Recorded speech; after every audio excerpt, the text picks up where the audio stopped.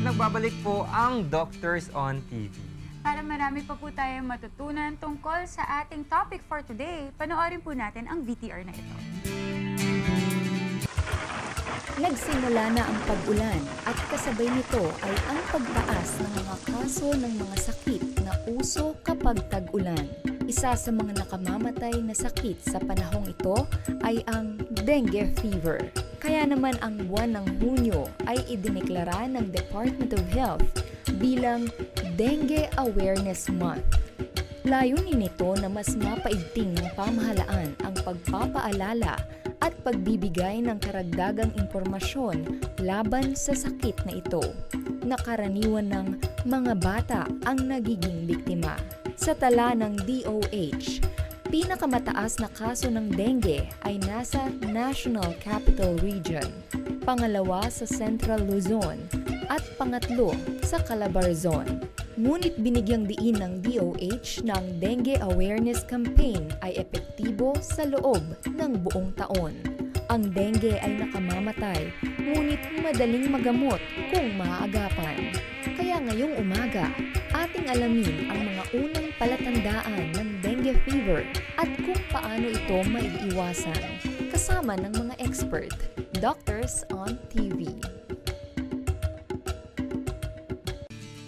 At yan po mga kasabahay ang topic natin for this morning, dengue fever. Of course, to help us understand dengue better, we've invited a special guest. Ang ating guest ay si Dr. Cynthia Cuayo Vico. Siya ay isang pediatrician. She's the chair of the Infant Preschool and School Health Committee of the Philippine Pediatric Society. She is also the chair of the Child Legislation of PPS 2012, a chair of the Nutrition Committee of the PMA, also a trainer of the American Academy of Pediatrics, of Pediatrics in Disaster, and also a past chair of the Department of Pediatrics, Manila Doctors Hospital. And also, siya ay isang radio, TV, magazine host. Tama po ba? Preventive Health Educator. Preventive Health Educator. Ayan. Dr. Morning. Cynthia, good morning. Thank you. Saya-saya nyo. Very pretty and pink. We are very happy kasi dahil ang ganda ng topic. Plus, masaya talaga kami every Sunday dito. Oo, ang kakatawa. We always look forward to seeing each other actually. Yes. That's nice. Thank you for waking up. Kasi maaga gumising. Waking up talaga na maaga. Okay, Oo, so Doctor, anyway. ang topic natin, dengue fever.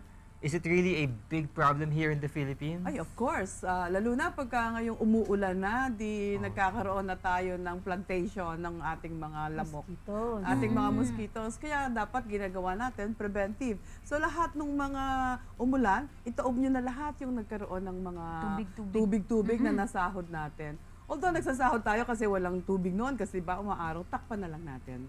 Tapos isaboy mo agad.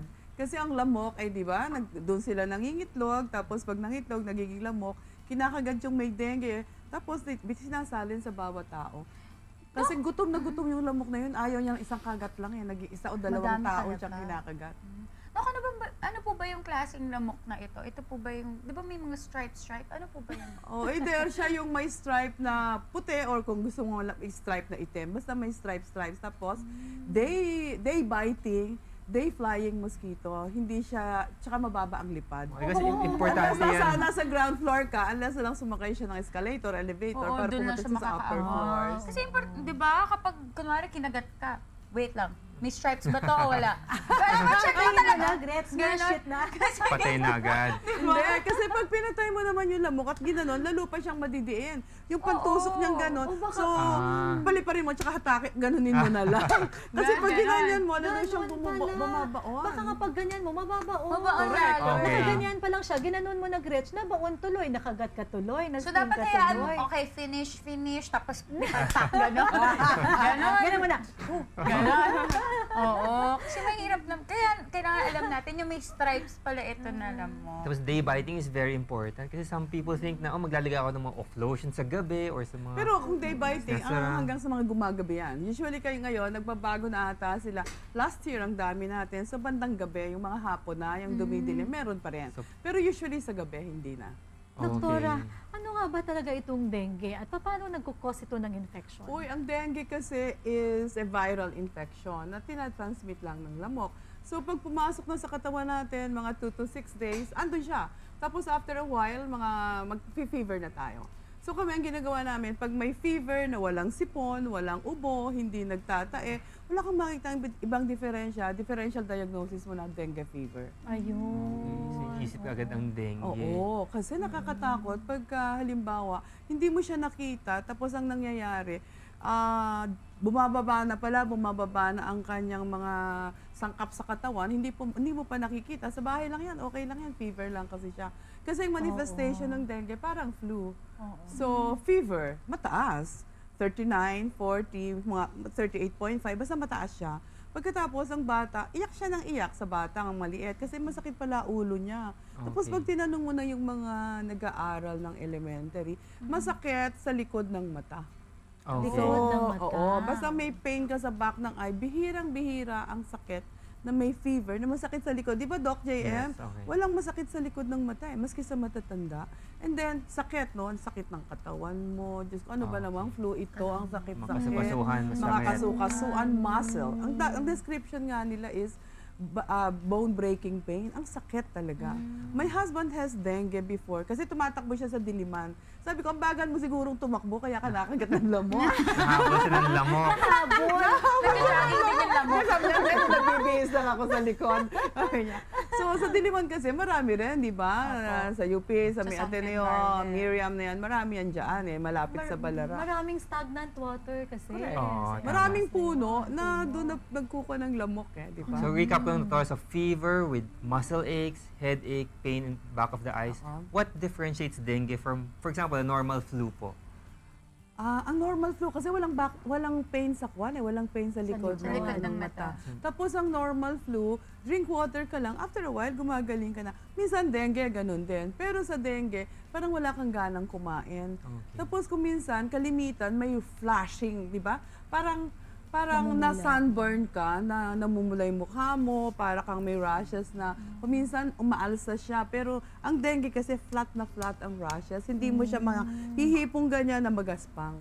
So it's a flat rash. Para kang namula, para kang nagulat, para kang hypersensitivity reaction na hindi ka naman namamaga sa umpisa. So, yes, Dr. Tapos pagka ginanyan mo yung skin mo, I hope makita natin. Pag ginanyan mo ng madiin, may puti. Di ba, Doc? May puting ganyan. Okay. Tapos kung ito madiin. May Pero with blanching. blanching. Pero with dengue, ganyan mo pa lang, may puti-puti nang nagbablanch. Yun ang nakakatakot. Kasi eventually, baka yun ang magpunta sa second stages ng dengue. Oo. Ayun pala. Kunwari nagkalagnat ka, no? Ilang araw dapat para kunwari nagkalagnat ako, hindi ko naman alam kung dengue ito. Ilang araw yun dapat pumunta na ako sa doktor or After 2 to 3 days at nilagnat ka, punta ka na sa doktor. So ngayong mga panahon nito, sinasabi namin, paracetamol lang. Wala na yung mga ibuprofen kasi yung mga ibuprofen, kung dengue siya, nakakatulong siya sa pagbaba ng ating mga WBC, ng ating platelets. So dapat mga paracetamol lang tsaka tayo. tubig. Tsaka wala tayong yan ang tinatanong mo kasi kung anong gagawin mo. Opo. Tsaka huwag kang maiinom ng aspirin kasi Doc, di ba, lalong bababa ang platelet natin. Okay. Marami ba tayo, doktora, na klase ng dengue? Ano-ano itong mga dengue na ito? At anong mga difference nila? Actually, ang madaming virus na nagkakos, 4 lang sila. Okay, yung 4 na virus na yon ay nakakakos ng dengue. May seryoso, may hindi seryoso. Pagkatapos kasi, yung pagka nadali ka na ng virus na yon, meron mga 2 buwan, 3 buwan, hindi ka uli magkakadengue kasi may immunity ka na. Parang pagka nag-measles ka na, hindi ka na mag-measles ulit. Correct. O Once lang nag-chickenpox pwede. ka, hindi ka na mag-chickenpox. Pero 4 yun. Okay. 4 yun. So, So kung pwede maulit ang dengue? pwede maulit, meron nga kaming madre sa Manila Doctors. 4 na beses siyang na-dengue. Ay, sus Morioso. So, kung mumadre siya, di naliligtas siya, okay pa siya hanggang ngayon. So hindi na siya may dengue kasi yung 4 na serotypes nakuha na niya. Nakuha na serotype, nakuha na niya. Pero may mga sinasabi silang reports ngayon, yung bago ngayong report ng WHO, pwede yung 2 o yung 3 dumapo sa'yo, yung pala yung nagiging mga serious na serious. Oh no. Oh no. Kaya nga, Yeah. hindi mo alam kung ilan yung siguro madaming nahakot yung lamok na yun na nakagat sa'yo. Yun. Ay, grabe. That's so freak naman, ano? Oh. Tapos, pwede kasing tinatanong ng iba, Doktora, halikan ko ho ba yung may dengue? Ubuhan ho ba ako ng may dengue? Magkaka-dengue ako? Yes, yes, Of course not. oo. Kagat lang ng lamok, kaya ka mahahawa. So it has to go through the mosquito. Through the mosquito, vector like- ang tawag natin Oo, doon. hindi pwedeng kahit blood to blood. Hindi mahawa. Kahit... Pwedeng blood to blood, Ah, siguro, pero yung laway, yung ibang secretions, hindi. O yung madikit ka dun sa ganyan, ay wala yun. Okay. Putol ko So, muna to lamok lang yung vector. Yes. Tsaka yung dugo na maisalin. Oo, dugo Ganun, na doktora. maisalin, no? Siyempre, kung may lagnat ka naman, hindi ka naman magbibigay ng dugo. Oo. Okay, may sinasabi pa nga sila eh, di 4 na klase yung serotype ng virus na yon. Meron pa nga isa nga, yung chikungunya. Chikungunya. Okay. Parang dengue din siya, doktora. May Parang siyang infestations. dengue, pinsang buo. Okay. Bago natin Similar. pag-usapan yan napaka-interesting ng ating topic ngayon eh. No? Talagang Lively, dire-diretso lively si talaga, Dr. Rai. lively. Pero maganda yan kasi marami tayong natututunan. Anyway, bago natin pagpatuloy ang ating discussion for today, panoorin muna po natin ang Naturally Yours.